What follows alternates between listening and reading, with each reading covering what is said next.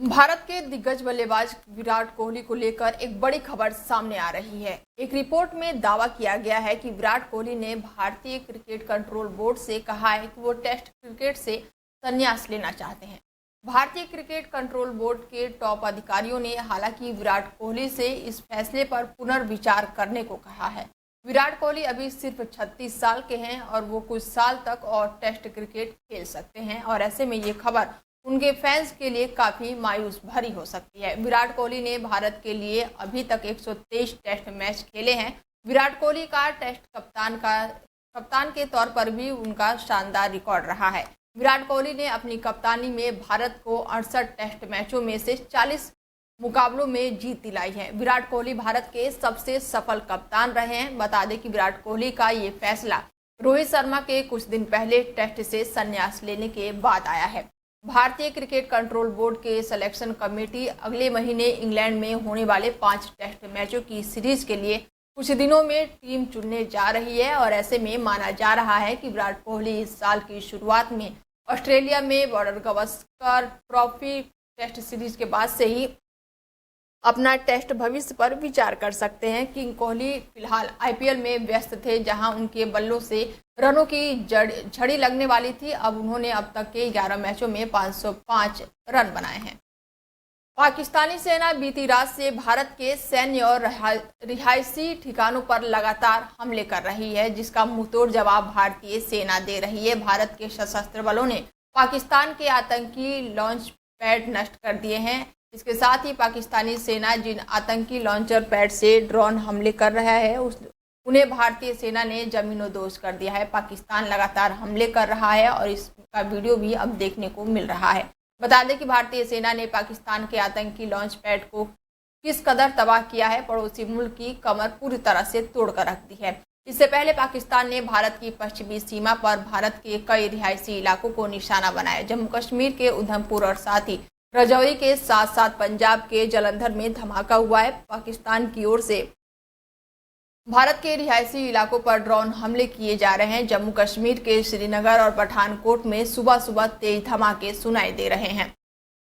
बता दें कि पाकिस्तान ने ऑपरेशन सिंदूर का बदला लेने के लिए 8 और 9 मई की रात को भारत की पश्चिमी सीमा पर एक साथ कई हमलों की कोशिश की थी। पाकिस्तान की ओर से ड्रोन और अन्य हथियारों के जरिए भारतीय सीमाओं को निशाना बनाया गया था। इसके साथ ही जम्मू कश्मीर में एलओसी पर कई बार सीज फायर का उल्लंघन भी किया गया था। सेना ने कहा है कि ऑपरेशन सिंदूर के तहत सभी ड्रोन हमलों को सफलतापूर्वक नष्ट कर दिया गया है और सीज फायर उल्लंघनों का मुंहतोड़ जवाब दिया गया। सेना ने स्पष्ट शब्दों में कहा है कि भारतीय सीमाओं की रक्षा के लिए हर जरूरी कदम उठाए जाएंगे और किसी भी नापाक मंसूबे को बर्दाश्त नहीं किया जाएगा। बता दें कि आतंक के खिलाफ भारत के ऑपरेशन सिंदूर से बौखलाए पाकिस्तान गुरुवार को जम्मू कश्मीर से लेकर जैसलमेर और साथ ही हिंदुस्तान के करीब 15 शहरों को निशाना बनाने की कोशिश की, लेकिन भारतीय सेना ने इन सभी हमलों को नाकाम कर दिया है। पाकिस्तान की ओर से लगातार दूसरी रात भी जम्मू कश्मीर से लेकर गुजरात तक भारत की कई जगहों पर ड्रोन के जरिए हमले किए गए। इसके साथ ही रक्षा मंत्रालय ने बताया कि पाकिस्तान की ओर से हवाई अड्डों और साथ ही वायुसेना ठिकानों सहित महत्वपूर्ण जगहों पर किए गए हमलों को भारतीय सेना ने विफल कर दिया है। इसके साथ ही इन हमलों का भारत ने मुंहतोड़ जवाब दिया है। भारत पाकिस्तान तनाव के बीच इस पर लगातार बयान भी आ रहे हैं और इसी कड़ी में stand up comedian Munawar Faruqui की भी प्रतिक्रिया सामने आई है। उन्होंने इंस्टाग्राम स्टोरी के जरिए अपना रिएक्शन दिया है। उन्होंने अपने इंस्टाग्राम स्टोरी पर लिखा है कि हम महफूज हैं क्योंकि हमारे लिए कोई खड़ा है सरहद पर। इस वक्त हम सबको एक दूसरे का साथ देने की जरूरत है। आपस में लड़ना या किसी को ब्लेम करना फिजूल है। मुनव्वर फारूकी ने अपने इंस्टाग्राम स्टोरी में आगे लिखा है कि हर वो सोल्जर के लिए दुआ करो और वो माँ के लिए भी जिसने इतना बड़ा दिल करके उन्हें सरहद पर भेजा है। इसके बाद से उन्होंने अपनी स्टोरी में भारतीय झंडे की इमोजी भी लगाई है। फिर प्रार्थना वाली इमोजी के साथ लिखा है कि इंडियन आर्मी हिंदुस्तान आबाद रहे हमेशा। इससे पहले भी मुनव्वर फारूकी ने सोशल मीडिया प्लेटफॉर्म एक्स पर ऑपरेशन सिंदूर के बाद लिखा था कि बेहद जरूरी जवाब और इंसाफ, वो औरतों के लिए जिनका सिंदूर मिटाया गया है, इंसानियत के दुश्मनों के ये जवाब देना जरूरी था। खुदा माफ नहीं करता किसी के दिल को तोड़ना। मुनव्वर फारूकी वहीं पहलगाम हमले के बाद से मुनव्वर फारूकी ने एक्स पर पोस्ट करते हुए लिखा था कि खुदा माफ नहीं करता किसी के दिल को तोड़ना, फिर खून किसी बेकसूर का तो फिर दूर की बात है। भारत के कई राज्यों में मौसम का मिजाज लगातार बदल रहा है। कई जगहों पर भारी बारिश हो रही है तो कहीं भीषण गर्मी और लू का प्रकोप है। मौसम विभाग ने उत्तर प्रदेश, बिहार, राजस्थान जैसे कई राज्यों में बारिश और आंधी तूफान की चेतावनी जारी की है। पश्चिम बंगाल में लू, जबकि झारखंड, केरल, त्रिपुरा और उड़ीसा में उमस भरी गर्मी का अनुभव किया जा रहा है।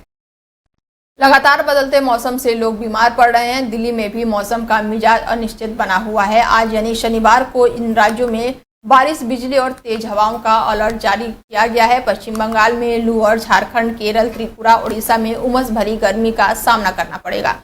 मौसम में हो रहे लगातार बदलाव को देखते हुए लोग काफी हैरत में हैं। कभी बारिश तो कभी भीषण गर्मी ने परेशान कर दिया है। आए दिन बदलते मौसम से लोग बीमारियों के जद में आने लगे हैं। दिल्ली में मौसम का मिजाज लगातार बदल रहा है। इस वीकेंड राजधानी का मौसम सुहाना रहा और मौसम विभाग ने इसको लेकर पूर्वानुमान जताया है। विभाग के मुताबिक शनिवार को ठंडी तेज हवाओं के साथ बारिश और बिजली के आसार हैं। वहीं रविवार को आसमान में बादल छाए रहेंगे और बारिश होने की संभावना है। इसी बीच तापमान में गिरावट दर्ज किए जा रहा है। अधिकतम तापमान 37 और न्यूनतम तापमान 26 डिग्री सेल्सियस तक रह सकता है। मौसम विभाग के मुताबिक शनिवार को हिमाचल प्रदेश, जम्मू और कश्मीर, लद्दाख, राजस्थान, उत्तराखंड, छत्तीसगढ़, गुजरात, गोवा, महाराष्ट्र, मध्य प्रदेश और कर्नाटक में अलग अलग स्थानों पर बिजली और करीब 50 किलोमीटर प्रति घंटे की रफ्तार से हवाओं के साथ गरज के साथ बारिश होने की संभावना है। पाकिस्तान की तरफ से शुक्रवार शाम से भारत के कई शहरों में हमले किए गए, जिसका भारतीय सेना ने मुंहतोड़ जवाब दिया है। और इसी बीच खबर है कि पाकिस्तान के इस्लामाबाद और लाहौर में बड़ा धमाका हुआ, तो वहीं रावलपिंडी में भी एयरबेस के पास विस्फोट हुआ है। खबर है कि पाकिस्तान ने बीती रात दिल्ली पर फतेह 2 मिसाइल दागी, जिसे सिरसा में हो रहे मार गिराया गया है। और इसके बाद से भारतीय सेना ने 3 मिसाइलें दागी जो बिल्कुल निशाने पर लगी है। भारत ने नूर खान एयरबेस, मुरीद और साथ ही रफीक एयरबेस पर हमला किया है। भारत के मिसाइल अटैक ने नूर खान एयरबेस पर धमाके की आवाज सुनाई गई है। खबर है कि इस धमाके में पाकिस्तान के कई विमान तबाह हो गए हैं। पाकिस्तानी सेना ने भी धमाके की पुष्टि की है। भारतीय मिसाइल अटैक में एयरबेस को भी निशाना बनाया गया है।